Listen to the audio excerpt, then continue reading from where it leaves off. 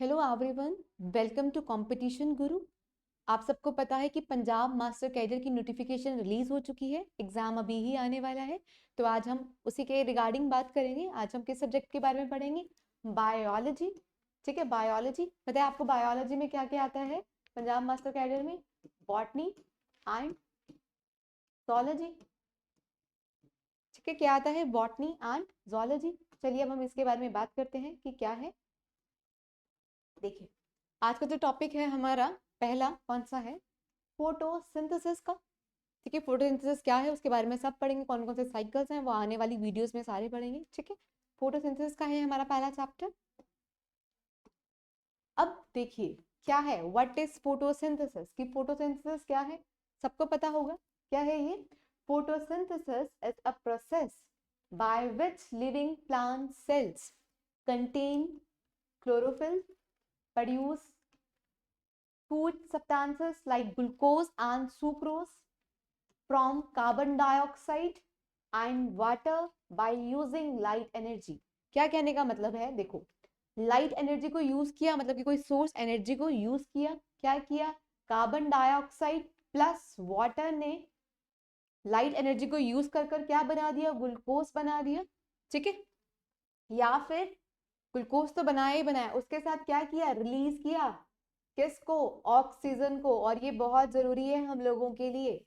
ठीक है, ऑक्सीजन को रिलीज किया, इसी को बोलते हैं फोटोसिंथेसिस। कि लाइट के प्रेजेंस में कार्बन डाइऑक्साइड एंड वाटर को किस में चेंज कर दिया? ग्लूकोज या फिर ऑक्सीजन में। अब देखिए ये लिखा ना, फूड सब्सटेंसेस में चेंज कर दिया है। जो प्लांट है जो यूज करता है, ये लीफ है हमारा, यहाँ पे क्या हुआ? फोटोसिंथेसिस हुआ लाइट की प्रेजेंस में। इस लीव ने क्या किया? ग्लूकोज बना दिया, ग्लूकोज को सिंथेसाइज किया। अब ये ग्लूकोज हर पार्ट में जाएगा प्लांट के, राइट? तो किस फॉर्म में जाएगा? वो जाता है सुक्रोज के फॉर्म में। जब ट्रांसपोर्ट किया जाता है तो सुक्रोज की फॉर्म में उसको ट्रांसपोर्ट किया जाता है। मतलब कहां तक? ये इसका सोर्स हुआ। सोर्स क्यों हुआ? क्योंकि यहाँ पर चीजें हाई कंसंट्रेशन में बन रही हैं। लीफ में ही फोटोसिंथेसिस हो रहा है। उसके बाद वो शिंक में जाएगा। शिंक क्या हो सकता है? कोई भी पार्ट हो सकता है, लाइक स्टेम हो सकता है, अपिकल मेरिस्टम हो सकता है, रूट हो सकता है, या अदर लीफ हो सकता है। ठीक है, तो क्या होगा? वहां पे ट्रांसपोर्ट कैसे किया जाएगा? सुक्रोज से। और जब इसको स्टोर किया जाएगा, जो बनाया है प्रोडक्ट, उसको कैसे स्टोर किया जाता है? स्टार्च की फॉर्म में। स्टोरेज कैसे होती है? स्टार्च की फॉर्म में। चीज याद रखना, फोटोसिंथेसिस होगा किसके ऊपर? लीफ के ऊपर। क्या बनाएगा वो? वहां पे ग्लूकोज, मतलब जो सिंथेसाइज किया जाता है वो ग्लूकोज फॉर्म में सिंथेसाइज किया जाता है। एंड जो ट्रांसपोर्टेड फॉर्म है वो कौन सी है? Sucrose.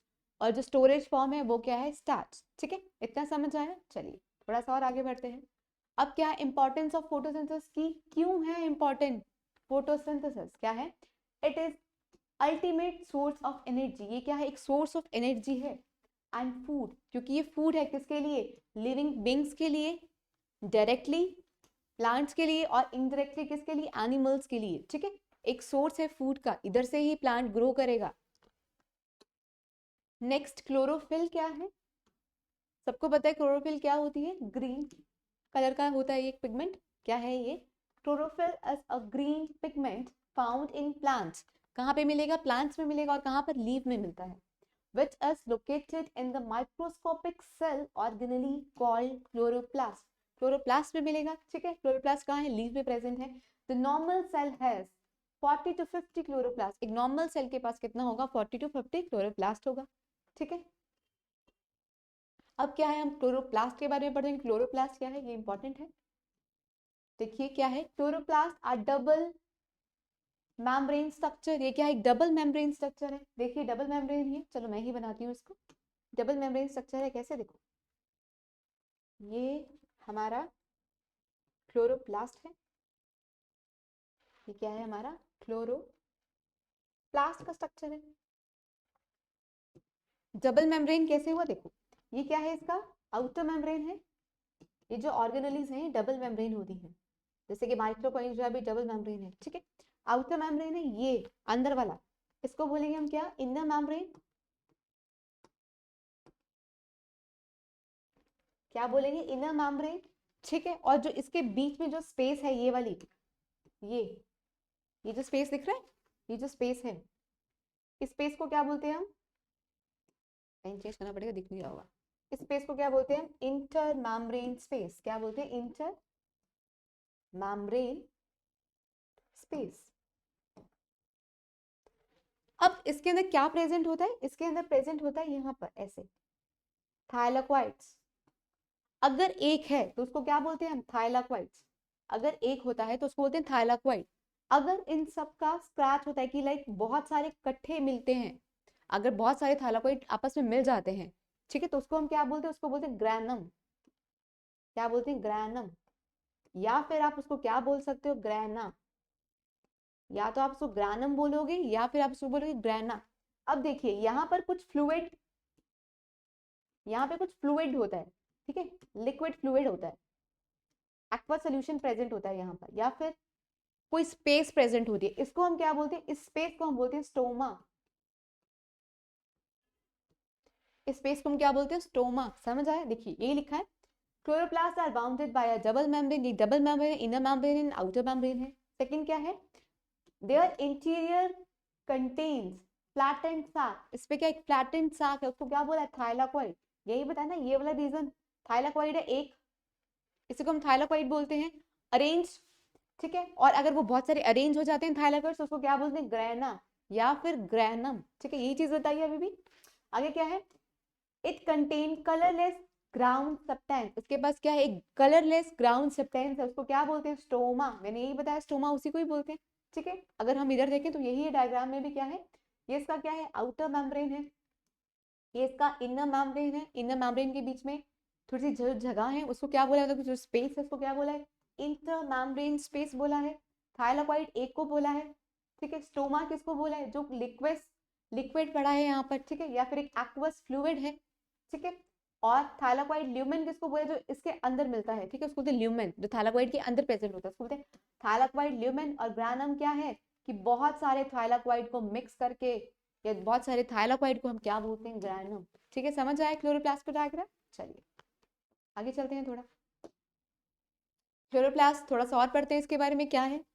Chloroplast are mainly contained in mesophyll cells. ये कहाँ है, मेसोफिल सेल्स में मिलता है। मेसोफिल सेल्स कहाँ मिलते हैं, लीफ सेल्स में मिलते हैं, क्योंकि क्लोरोप्लास्ट और क्लोरोफिल कहाँ पर है, लीफ में ही तो है। ठीक है, in palisade and spongy cell of the leaf. इसके पास दो सेल्स होते हैं, मेसोफिल भी दो तरह का होता है, एक पैलिसेड एक स्पॉन्जी। ठीक है, आगे क्या लिखा है, there are found in guard cell of stomata and outer layer of a young stem. देखिए क्या है, ये हमारा डायग्राम है किसका, क्लोरोप्लास्ट का।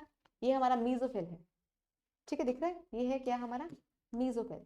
अब मेसोफिल ये जो अपर वाली है, ये वाली, इसको बोलते हैं पैलिसेड। ठीक है, इधर सबसे ज्यादा लाइट एब्जॉर्ब होती है, सबसे ज्यादा लाइट यहीं पर आकर पड़ती है। ठीक है, और ये क्या है, स्पॉन्जी। और ये वाला जो एरिया है स्पॉन्जी।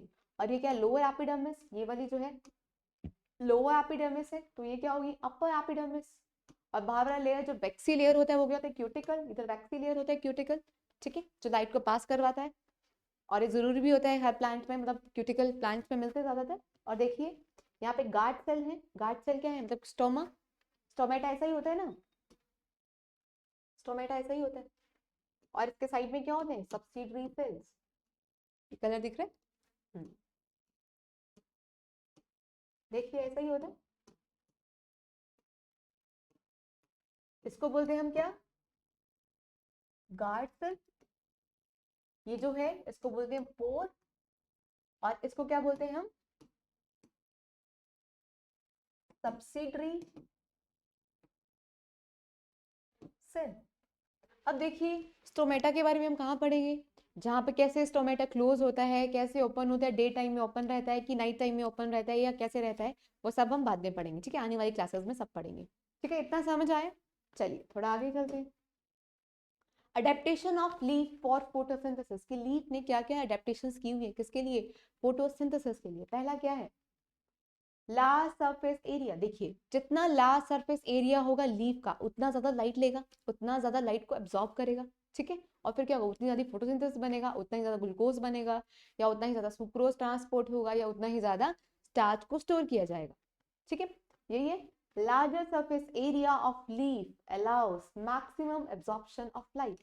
यही बताया अभी मैंने। ठीक है, सेकंड क्या है, लीफ का अरेंजमेंट कैसा होगा, जो लीफ का अरेंजमेंट होगा वो राइट एंगल होगा, तो सबसे ज्यादा मैक्सिमम एब्जॉर्प्शन होगी लाइट की।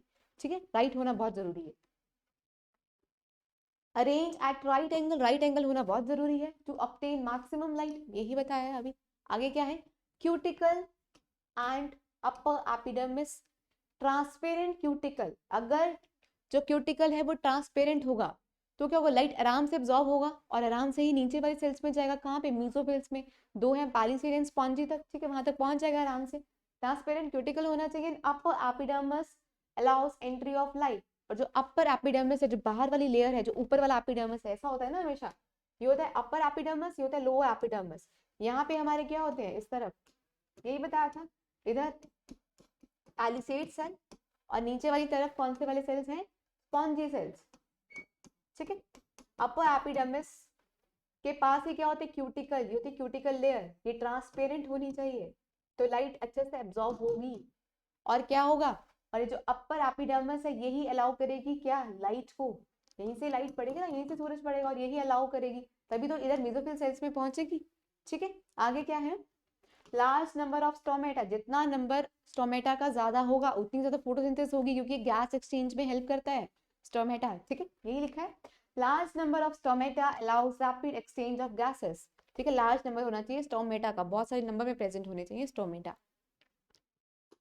चलिए नेक्स्ट क्या है, थिननेस ऑफ लीफ, जितना थिन होगा उतनी आराम से काम करेगा, उतनी ज्यादा, मतलब जो चीज थिन होती है, जो चीज पतली होती है, वहां से लाइट आराम से चली जाएगी, और जो चीज थिकर होती है उधर से लाइट थोड़ा लेट पास ऑन होती है, तो इसे थिन होना चाहिए लीफ, यही लिखा है।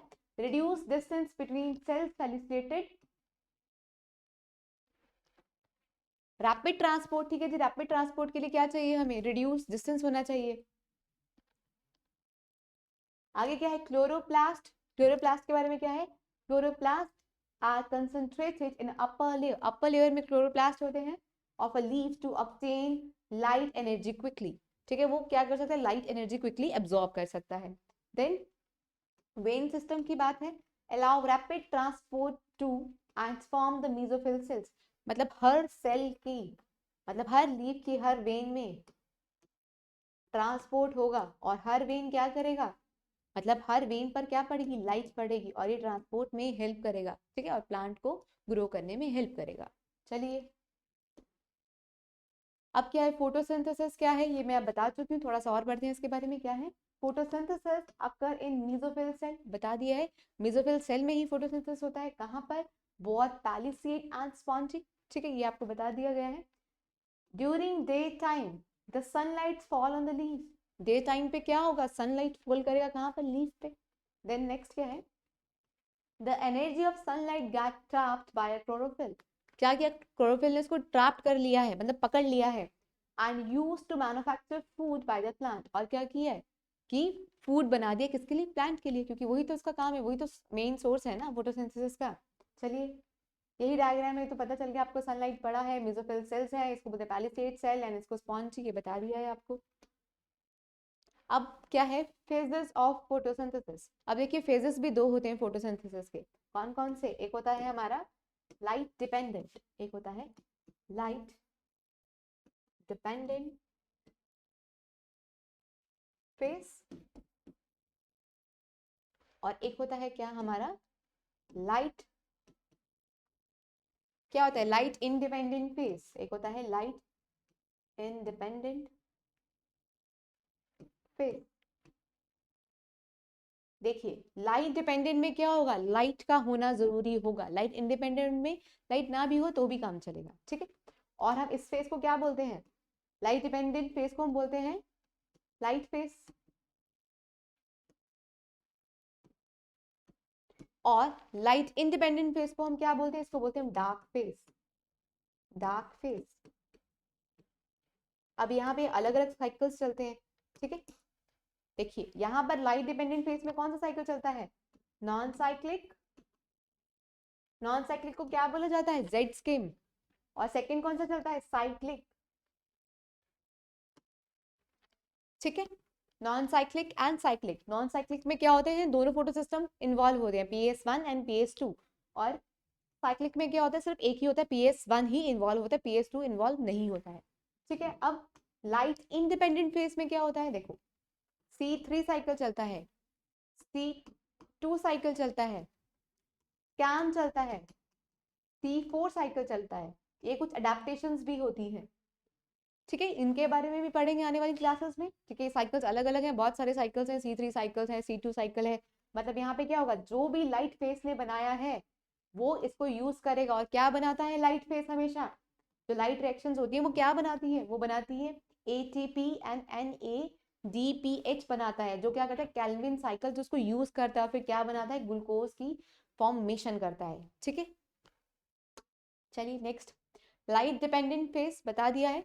इस फेस को एक और नाम से बोला जाता है, क्या नाम है इसका, also known as photochemical phase as the reactions are initiated to expose of light. ठीक है, इसको क्या बोलते हैं हम, इसको बोलते हैं फोटोकेमिकल फेस। किसको, लाइट डिपेंडेंट फेस को हम क्या बोलते हैं, फोटोकेमिकल फेस। ठीक है, क्या है, the reactions occur in thylakoid of chloroplast. अब देखिए, जो पहला फेस है, जो लाइट डिपेंडेंट फेस है, वो कहाँ पर चलता है, थैलाकोइड में चलता है। इसको लिख लीजिए, इंपॉर्टेंट पॉइंट है। जो हमारा लाइट डिपेंडेंट फेस है ये कहाँ पर चलता है, थाइलाकोइड्स में चलता है। और जो हमारा लाइट इंडिपेंडेंट फेस है, जो हमारा लाइट इंडिपेंडेंट फेस है, मतलब जो डार्क फेस है, लाइट इंडिपेंडेंट फेस, क्या बताया मैंने, लाइट इंडिपेंडेंट फेस कहाँ चलेगा, स्टोमा में। कहाँ चलेगा, स्टोमा में। डार्क फेसेस हमेशा स्टोमा में चलते हैं, और जो लाइट फेसेस हैं वो कहाँ पर चलेंगे, थाइलाकोइड में। ठीक है, चलो यही है, ये बता चुके हैं। क्लोरोप्लास्ट है, ये स्टोमा है बाहर वाला। जो एक्वस फ्लूइड है ये थाइलाकोइड मेम्ब्रेन है, देखिए।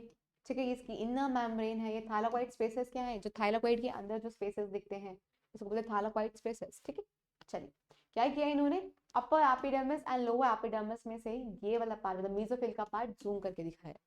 ठीक है, चलिए स्टेप्स ऑफ लाइट रिएक्शन, क्या है स्टेप्स किसके, लाइट रिएक्शंस के, ये बहुत इंपॉर्टेंट है। पहला क्या है हमारा, एक्टिवेशन ऑफ क्लोरोफिल। क्या होगा, जैसे ही लाइट आएगा, जैसे ही लीफ पर लाइट पड़, एक्टिवेशन होगा। यहाँ पर क्या है, क्लोरोफिल है, क्लोरोफिल की एक्टिवेशन होगी कैसे, लाइट के आने से। ये लिखा है, the chlorophyll on exposure to light energy becomes activated by absorbing photons। ठीक है, यही बोले। सेकंड क्या है हमारा, सेकंड है फोटोलाइसिस ऑफ वाटर, मतलब कि फोटोलाइसिस मतलब कि वाटर का ब्रेक डाउन होना, वाटर को तोड़ना। ठीक है, यही लिखा है, the absorbed energy is used in splitting the water molecules. Split कर दिया वाटर मॉलिक्यूल्स को इनटू टू कंपोनेंट्स, दो कंपोनेंट्स में। कौन कौन सा, hydrogen and the oxygen, hydrogen में एंड ऑक्सीजन में। एंड रिलीजिंग इलेक्ट्रॉन, और क्या किया, इलेक्ट्रॉन को रिलीज कर दिया गया। यही बोला है, देखो ये क्या है हमारा, वाटर, वाटर है। वाटर से क्या किया, हाइड्रोजन को रिलीज किया, कुछ इलेक्ट्रॉन्स को रिलीज किया। ये इलेक्ट्रॉन जरूरी है क्योंकि यही एक्साइटेड स्टेट में लेकर आते हैं किसको, PS1 या PS2 को। और ऑक्सीजन को रिलीज कर दिया गया। इसी को क्या बोलते हैं, this reaction is also known as photolysis. इसी को बोलते हैं फोटोलाइसिस। और ये क्या होता है, ये कब होता है, लाइट की प्रेजेंस में ही होता है, वाटर का ब्रेकडाउन। ठीक है, वाटर को हमने तोड़ना है, तोड़ना ही बहुत जरूरी है क्योंकि लाइट डिपेंडेंट फेस में इसी का काम होता है। ठीक है, इलेक्ट्रॉन्स का, वाटर का, ऑक्सीजन का। ठीक है,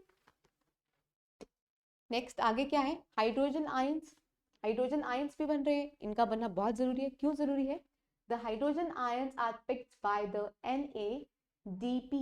NADP ने पिक किया और क्या किया, NADPH में चेंज कर दिया क्योंकि H है ना, टू फॉर्म NADPH। क्योंकि एट द एंड प्रोडक्ट क्या बनता है हमारा, ATP एंड NADPH। ठीक है, ऑक्सीजन का भी बहुत जरूरी है क्योंकि ऑक्सीजन तो चाहिए हम लोगों को। ठीक है, the oxygen component is given out as molecular oxygen. ठीक है, ऑक्सीजन को रिलीज कर दिया गया है।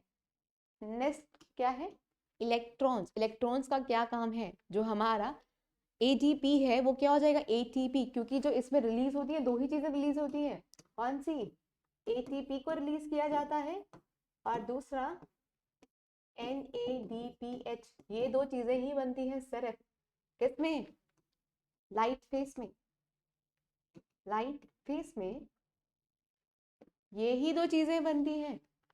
तो यही लिखा है, electrons are used to convert ADP, ADP को चेंज करके ATP मतलब ट्राइफॉस्फेट में चेंज कर दिया by adding one phosphate group, एक फॉस्फेट ग्रुप को डाला, यही हुआ ना।